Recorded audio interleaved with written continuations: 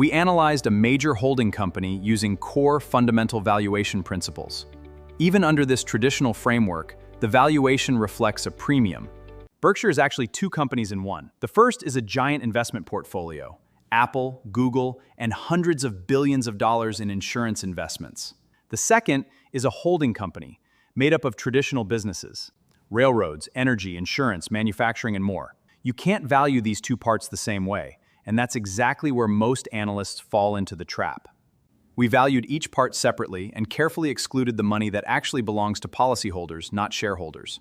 We arrived at a fair value of around $369 per share. The stock is trading with a premium of roughly 36%. And here's the twist. During this same quarter, Berkshire itself bought back $4.5 billion worth of its own shares. According to Berkshire's own rules, management should only do this when they genuinely believe the stock is trading below its intrinsic value. So, did we get it wrong? Not necessarily. $4.5 billion is less than 0.5% of the company's market value. This isn't an aggressive buyback saying this stock is incredibly cheap. It's a cautious, almost symbolic move by the new CEO in his first full quarter at the helm. Buying a little isn't the same as confirming the price. Even when we analyze Buffett's own company using his own method, we don't find a margin of safety. Perhaps the market isn't paying for returns right now, it's paying for a sense of security. And that's a conscious choice too, just an expensive one. So why does this gap between the market and management exist? The gap between our 369 valuation and the market's 504 is essentially a premium for optionality and trust. The market offers to pay more for Berkshire's huge cash position, because that cash can act as a vacuum.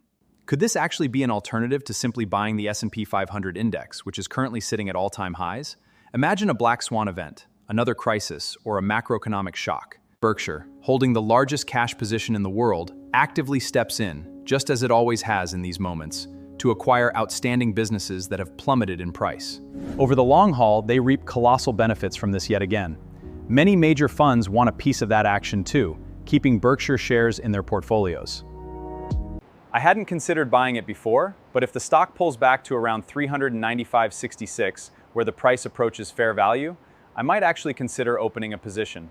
Technically, I see two very interesting entry points: the fair value gap around $395.66 and the swing low around $259.85. This is exactly how I like it, right where fundamental analysis perfectly aligns with technical analysis, the absolute sweet spots. So that's the analysis.